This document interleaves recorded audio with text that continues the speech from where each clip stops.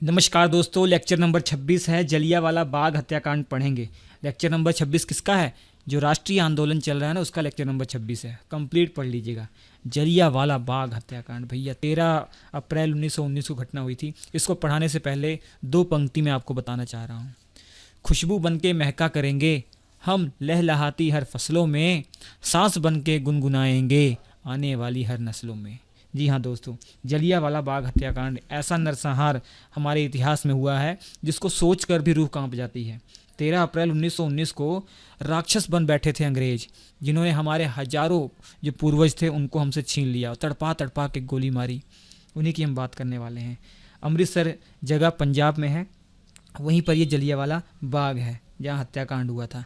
बच्चों बच्चों को पता है, हालांकि आधी कहानी मैंने पिछले वीडियो में बता दी थी, लेकिन अभी बता दूं। 10 अप्रैल 1919 को दो बहुत महान वहाँ के जो नेता थे, डॉक्टर सत्यपाल और डॉक्टर सैफुद्दीन किचलू, इनको गिरफ्तार कर लिया गया था, क्योंकि जो रॉलेट एक्ट के विरोध में इन्हीं के नेतृत्व में वहाँ पर आंदोलन चल रहा था, हड़तालें हो रही थी। तो डॉक्टर सत्यपाल, डॉक्टर सैफुद्दीन किचलू को गिरफ्तार कर लिया 10 अप्रैल में, और वहाँ के लोग इसी कारण से 13 अप्रैल 1919 को इकट्ठा हुए थे जलियांवाले बाग में।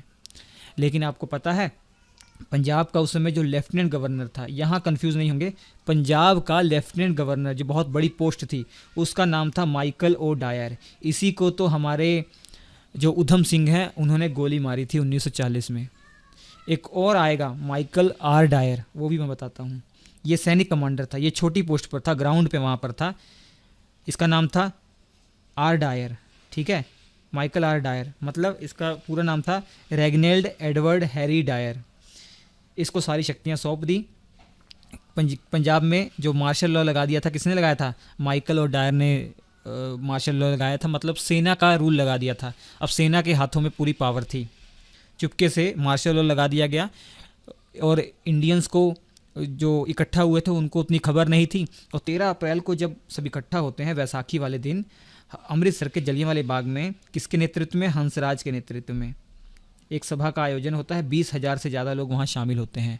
ये सुनते ही जो ये राक्षस है, सैनिक कमांडर माइकल आर डायर, इसने इसका खून खोल उठा कि भैया जब मार्शल लॉ लागू है और इतने पब्लिक कैसे इकट्ठा हो गई।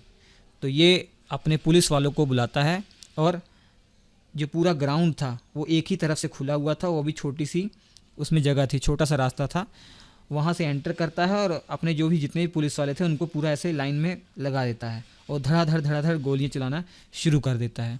और तड़प तड़प के लोग मरते हैं, बच्चे, बूढ़े, औरतें, सब वहाँ पर शामिल होते हैं। तो वहीं पे एक कुआं था, लोगों ने गोलियों से जान बचाने के लिए उसमें कूद गए, लेकिन जितने कूदे थे वो भी तड़प तड़प के बेचारे मर गए। और यहाँ पर एक दीवार थी, दीवार की ऊंचाई थोड़ा अधिक थी, लोग चढ़ नहीं पा रहे थे, लेकिन जो छोटे छोटे बच्चे थे उनको उठा उठा के उस पार फेंक दिया जा रहा था। उनके भी हाथ पैर टूट गए थे। कई लोग तो यहीं मर गए थे, कई लोग इतने घायल हो गए थे कि घर जाकर मर गए। इतनी दहशत वहाँ हो गई थी कि लोगों ने जो घायल थे ना उनको हॉस्पिटल भी नहीं ले गए, कि मतलब कहीं अंग्रेज़ों को पता न लग जाएगा कि हमारे घर वाले यहाँ पर गए हुए थे जलियांवाले बाग हत्याकांड में और हमारे ऊपर अत्याचार किया जाए। इतनी दहशत उस समय हो गई थी, और दहशत ही ये लाना चाह रहे थे हमारे इंडियंस के दिमाग में।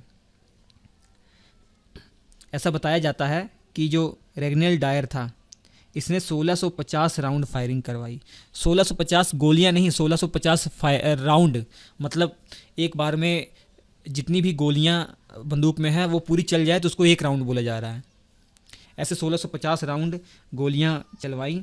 1000 से ज़्यादा लोग तड़प तड़प के मरे थे, लेकिन सरकारी आंकड़ा अंग्रेज़ों के हिसाब से केवल 379 था, लेकिन हकीकत में हज़ारों लोग वहाँ पर मृत्यु हो गई थी। जब ये जलियांवाला बाग हत्याकांड हो गया तो कुछ इंपॉर्टेंट फैक्ट हैं। रविंद्रनाथ टैगोर, इन्होंने तुरंत नाइटहुड की उपाधि जो है वो लौटा दी। ठीक, 1916 में ब्रिटेन के सम्राट ने इनको नाइटहुड की उपाधि दी थी, लेकिन इन्होंने इस हत्याकांड के बाद नाइटहुड की उपाधि लौटा दी थी। शंकरन नायर, ये वायसराय की कार्यकारिणी के सदस्य थे, जो वायसराय की एग्जीक्यूटिव काउंसिल थी, जैसे कैबिनेट होते हैं ना, कैबिनेट आज सरकार के कैबिनेट मिनिस्टर, वैसे ये थे। तो इन्होंने वहाँ से इस्तीफ़ा दे दिया।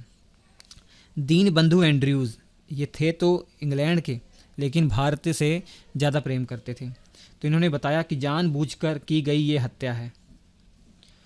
अब जब इतना क्रिटिसाइज़ किया गया अंग्रेज़ों को कि भैया थू थू होने लगी अंग्रेज़ों की, तो अंग्रेज़ों ने वैसे ही औपचारिक रूप से एक जांच समिति का गठन किया, जिसे हंटर जांच आयोग कहते हैं। ये ब्रिटिश सरकार ने किया।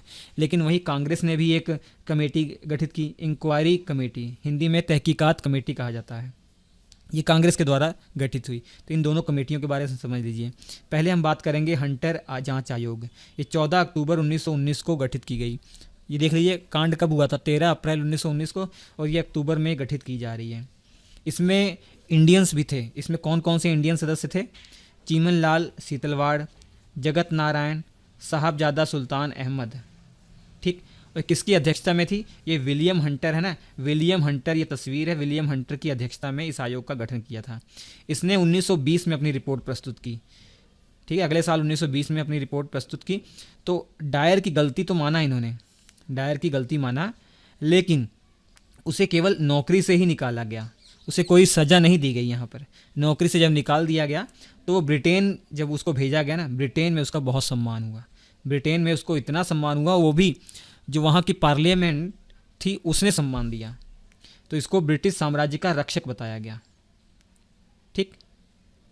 हालांकि मैं बताऊं, जो ब्रिटेन की जो पार्लियामेंट के 2 सदन थे, एक लोअर सदन एक अपर सदन। लोअर सदन हाउस ऑफ कॉमन, वहाँ पे थोड़ा बहुत इसका विरोध हुआ, लेकिन जो अपर सदन था, हाउस ऑफ लॉर्ड्स जिसको बोला जाता है, जैसे हमारे यहाँ राज्यसभा है, वहाँ हाउस ऑफ लॉर्ड्स, वहाँ पे उसका बहुत सम्मान हुआ। उसको बताया गया भैया ये तो ब्रिटिश साम्राज्य का रक्षक है, जो इसने किया बहुत सही किया। इसको ब्रिटिश साम्राज्य का शेर कहा गया। उसको एक तलवार भेंट दी गई, तलवार पुरस्कार के रूप में भेंट दी गई, जिस पे लिखा था स्वॉर्ड ऑफ ऑनर। उसके बाद वहाँ पर उसको 3000 पाउंड, ये ब्रिटिश पार्लियामेंट ने नहीं दिया, इसको बाहर ब्रिटेन में ही मिला, 3000 पाउंड का पुरस्कार भी इसको दिया गया। तो अंग्रेज़ों के मन में कोई भी गीला शिकवा नहीं था, उनको ये कोई दुख नहीं था कि भैया जलियांवाला बाग हत्याकांड ऐसा हुआ है, उनको कोई गम नहीं था। उसके बाद क्या होना था? उधम सिंह, इन्होंने 1940 में लंदन में माइकल ओ डायर, ये उस समय पंजाब का लेफ्टिनेंट गवर्नर था, और जिसने ग्राउंड पे जो सैनिक कमांडर था आर डायर, उसका क्या हुआ? वो 1927-28 के बीच में ना बुरी तरीके से तड़प तड़प के मरा, बीमारी से मरा, पैरालाइज हो गया था और भी बहुत सारी बीमारी हो गई थी, उसके कारण वो तड़प तड़प के मरा। वो तो मर गया था, लेकिन जो पंजाब का लेफ्टिनेंट गवर्नर था उसको मारा हमारे उधम सिंह ने। उधम सिंह ये मेहनत करते रहे, और इनके पास जब पावर हुई, बंदूकें, पैसा हुआ, तो ये इंग्लैंड गए और एक सभा में माइकल ओ डायर, जो पंजाब का लेफ्टिनेंट गवर्नर था, उसको धाएं धाएं गोली मार के नरक में पहुंचा दिया। ये है हमारे उधम सिंह। बोला जाता है कि ये उस समय उस जगह पर उपस्थित थे, जलियांवाले बाग ग्राउंड में उपस्थित थे जब ये घटना हो रही थी। इन्होंने अपनी आंखों से देखा था, इसलिए वो नफ़रत, वो गुस्सा जिसे इस राक्षस को मार दिया। तो ये हंटर कमेटी के बारे में पढ़ लिया। अब इसके बाद हमारी जो कांग्रेस की समिति थी, तहकीकात समिति, जो इंक्वायरी कमेटी है, ये किसकी अध्यक्षता में गठित की गई थी? प्रश्न बनता है। मदन मोहन मालवीय की अध्यक्षता में बनी थी ये। इसके सदस्य गांधी जी भी थे, CR दास, मतलब देश बंधु चित्तरंजन दास, बहुत इंपॉर्टेंट शख्स हैं ये। मोतीलाल नेहरू भी थे, मोतीलाल नेहरू और CR दास की बहुत बनती थी, ये दोनों ही बहुत बड़े वकील थे। अब्बास तैयब जी, ये सब इंक्वायरी कमेटी के सदस्य थे। इन्होंने हंटर कमीशन की जो रिपोर्ट आई थी उसकी आलोचना की। ठीक है, और जो आर डायर था उसके द्वारा जो काम किया गया उसको निंदा उसकी की गई थी। तो ये हुआ। ठीक है बच्चों, तो ये जलियांवाला बाग हत्याकांड है। और एक इम्पॉर्टेंट बात आपको मैंने पहले ही बता दी है कि दिसंबर 1919 में कांग्रेस का अधिवेशन जो होता है ना, वो अमृतसर में हुआ था। ठीक, अमृतसर में हुआ था, क्योंकि 1919 में जलियांवाला बाग हत्याकांड हुआ था, और 1919 में दिसंबर वाले महीने में जो अधिवेशन हुआ था वो अमृतसर में ही हुआ था।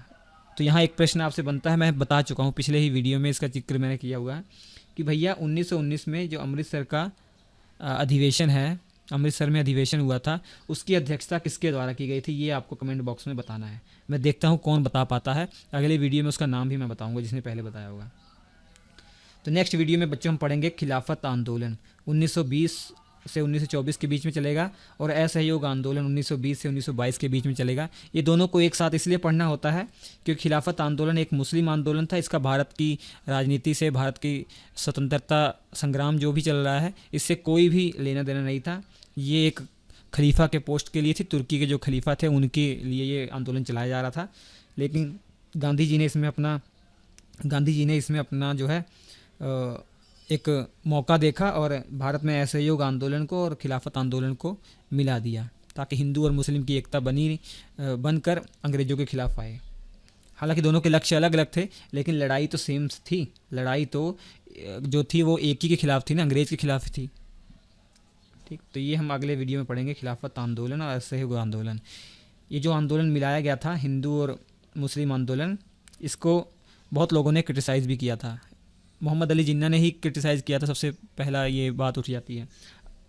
अगले वीडियो में डिटेल में चर्चा करेंगे और मज़ा आएगा। वीडियो ज़रूर आपको अच्छा लगा होगा। अच्छा लगा हो तो एक लाइक तो बनता ही है भैया, लाइक कर दीजिए। शेयर इसको कर सकते हैं तो कर दीजिए भैया। इतने इंपॉर्टेंट सब लेक्चर मैंने बनाए हैं, वो आप पढ़िए तो सही। उसके बाद कोई एग्ज़ाम में क्वेश्चन आया हो वो करके देखिए, फटाफट जवाब देंगे। इतनी इंपॉर्टेंट जानकारी इतनी आसान तरीके से मिल रही है तो उसकी वैल्यू करनी चाहिए। उसको लाइक करना चाहिए, शेयर करना चाहिए ताकि ज़्यादा से ज़्यादा लोग इसका लाभ उठा सकें। चलिए खैर, कोई दिक्कत नहीं। तो अगले वीडियो में हम मिलते हैं और इसके जो नोट्स हैं वो श्री एजुकेशन एप्लीकेशन पर अवेलेबल हैं, आप ले सकते हैं। हम आपसे मुलाकात करेंगे अगले एपिसोड में। तब तक के लिए नमस्कार।